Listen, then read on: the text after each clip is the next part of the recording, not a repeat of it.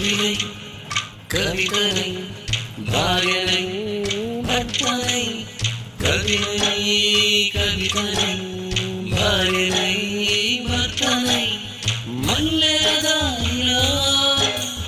మంచు ఎడారిలో